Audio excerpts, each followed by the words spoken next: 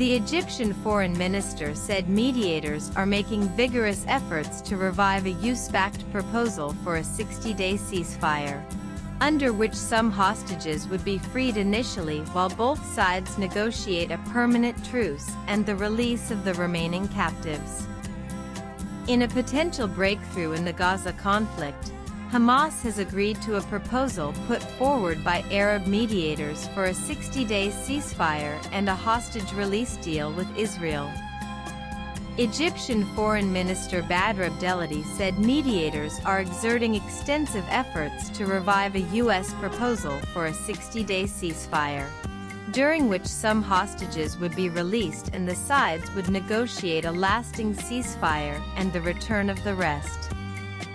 He spoke during a visit to Egypt's Rafah crossing with Gaza, which has not functioned since Israel seized the Palestinian side in May 2024.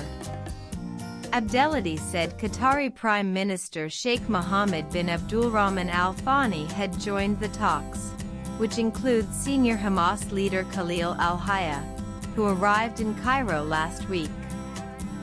He said they are open to other ideas, including for a comprehensive deal that would release all the hostages at once.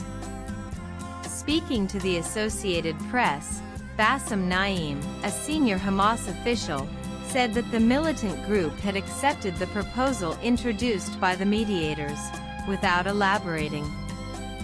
Notably, Israel announced plans to reoccupy Gaza City and other heavily populated areas after the ceasefire talks appeared to have broken down last month, raising the possibility of a worsening of the humanitarian catastrophe in Gaza, which experts say is sliding into famine.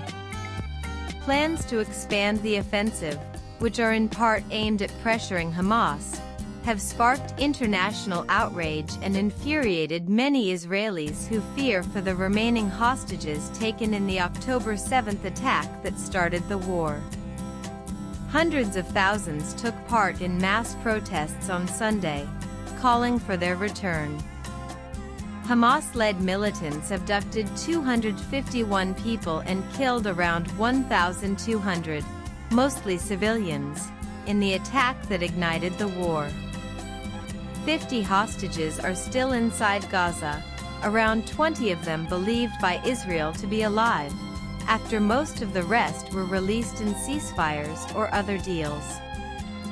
The Gaza Health Ministry said the Palestinian death toll from the war had climbed to 62,004, with another 156,230 people wounded. It does not say how many were civilians or combatants, but says women and children make up around half the dead. The ministry is part of the Hamas-run government and staffed by medical professionals. The UN and many independent experts consider its figures to be the most reliable estimate of wartime casualties. Israel disputes its toll but has not provided its own. With inputs from AP also read Netanyahu vows to finish the job against Hamas, says goal is to free Gaza amid GL.